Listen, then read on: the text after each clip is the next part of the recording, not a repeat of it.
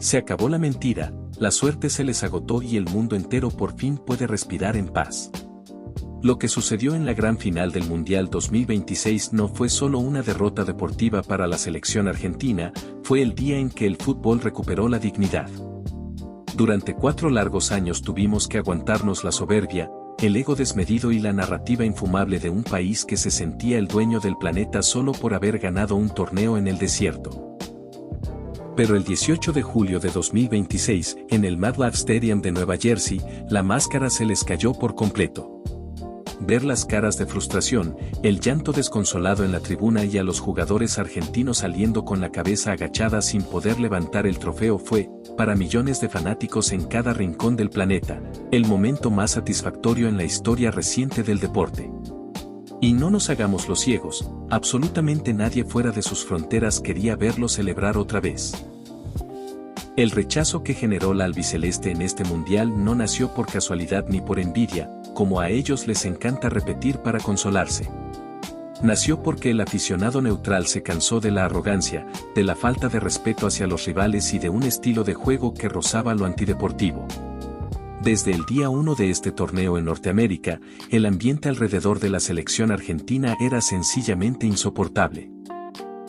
Cada estadio en el que se presentaban se convertía en una caldera donde los abucheos retumbaban con una fuerza descomunal. El público local y los hinchas de todas las nacionalidades se unieron en un solo grito con un objetivo claro, ver caer al campeón. Y es que no había forma de empatizar con un plantel que actuaba como si la copa fuera de su propiedad por decreto. El rechazo se había vuelto tan masivo y transversal que traspasó lo puramente deportivo para convertirse en un fenómeno cultural. El mundo del fútbol estaba agotado de la retórica de la victimización combinada con la arrogancia en la victoria. Nadie quería ver otra foto de los jugadores argentinos festejando de forma burlona frente a las bancas rivales. Y así llegamos al día del juicio final en el MetLife Stadium. Las gradas estaban teñidas de celeste y blanco, pero el ambiente no era de fiesta, era de una tensión sofocante. La afición argentina llegó a la final con esa actitud triunfalista que los caracteriza, cantando a todo pulmón y dando por hecho que la cuarta estrella era un simple trámite. Sin embargo, el resto del estadio, repleto de fanáticos de docenas de países, estaba ahí con un solo propósito, ser testigos del fin de la hegemonía. Desde el primer minuto de juego se notó que la historia iba a ser muy diferente a lo que ellos imaginaban. El rival saltó a la cancha sin complejo de inferioridad, cerrando los espacios, presionando con ferocidad y anulando por completo el circuito de juego argentino. La desesperación empezó a apoderarse del plantel albiceleste mucho antes de lo esperado. Con el paso de los minutos, la magia no aparecía y los recursos futbolísticos se les empezaron a agotar.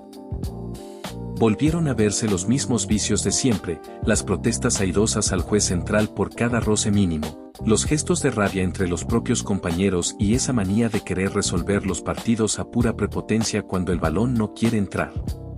Pero esta vez el arbitraje no compró los reclamos ni cedió ante las presiones de la camiseta. Mientras la selección rival tocaba el balón con paciencia y precisión, en la banca argentina la cara del cuerpo técnico era un poema de incertidumbre.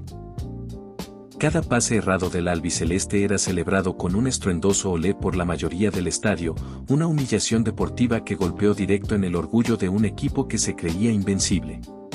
Cuando cayó el gol decisivo en contra de Argentina, el estadio literalmente explotó en un alarido de euforia colectiva. La toma de la televisión internacional enfocado a la tribuna albiceleste lo decía todo, rostros desencajados, hinchas con las manos en la cabeza y lágrimas de incredulidad. En el campo, los jugadores argentinos se desplomaron sobre el césped, incapaces de asimilar que el guión de película que se habían construido se estaba haciendo pedazos en el momento más importante. Los últimos minutos del encuentro fueron un calvario para la selección sudamericana, intentaron mediante centros desesperados y pelotazos a la nada, pero la defensa rival se multiplicó para sacar cada balón como si fuera el último de sus vidas. El tiempo se agotó y el silbato final retumbó como un trueno en Nueva Jersey. El contraste fue demoledor y glorioso a la vez.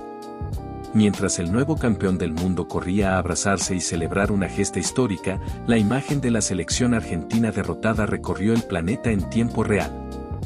La soberbia se transformó en un silencio sepulcral.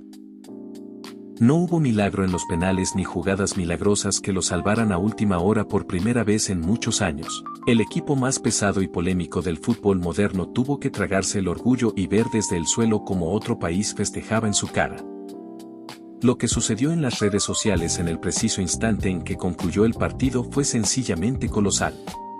Una marea insuperable de memes, videos de celebraciones en plazas públicas de Europa, Asia y Latinoamérica, y comentarios de burla inundaron las plataformas digitales. Millones de usuarios celebraron la derrota argentina con un entusiasmo que no se ve todos los días en el deporte. El sentimiento de desahogo era palpable en cada rincón de Internet. El público neutral por fin tenía la satisfacción de ver el fin de un ciclo marcado por la arrogancia y la constante falta de respeto hacia los rivales. Las imágenes de las celebraciones en las calles de Madrid, París, Bogotá y Ciudad de México parecían las de un país local ganando un título, demostrando el impacto transversal que tuvo la caída del campeón. Pero lo más cómico y predecible de toda esta historia vino después, con la reacción de la prensa deportiva argentina y sus hinchas en plataformas digitales. Fieles a su costumbre, en lugar de aceptar la derrota con dignidad, reconocer la superioridad del rival y hacer una autocrítica franca por el planteamiento táctico, la narrativa mediática en Buenos Aires se activó de inmediato para buscar chivos expiatorios. En cuestión de minutos, los platós de televisión se convirtieron en un mar de llantos y excusas absurdas. Salieron a culpar al estado del terreno de juego, al calendario apretado, al arbitraje por no concederles faltas dudosas en los últimos minutos y, por supuesto, al supuesto odio internacional contra su país. Para ellos nunca es mérito del oponente ni fallos propios, siempre tiene que existir una conspiración externa para justificar cuando no ganan. Esa incapacidad para asumir la derrota en silencio y con clase es precisamente la razón por la que el resto del planeta disfrutó tanto verlos perder. Se pasaron 4 años burlándose de los rivales, dedicando canciones ofensivas en los autobuses de festejo y haciendo gestos obscenos frente a las cámaras de televisión global, pero cuando les tocó estar del lado de los perdedores, exigieron el respeto y la empatía que ellos jamás le tuvieron a nadie. La lección de humildad que les propinó el fútbol en este 2026 fue dura, pero absolutamente necesaria para la salud y el equilibrio del deporte rey. El trono quedó finalmente vacante y la era de la prepotencia en el fútbol internacional llegó a su definitivo punto final. Al final de este largo camino, la gran pregunta que queda sobre la mesa y que dividirá las discusiones deportivas durante años es muy sencilla. ¿Crees que este festejo global por la derrota de Argentina fue el resultado de un cansancio legítimo ante las actitudes, las mañas y la arrogancia de sus jugadores en la cancha? ¿O piensas que, en el fondo, todo este rechazo masivo no fue más que la envidia pura y dura por haber dominado el fútbol mundial durante tanto tiempo?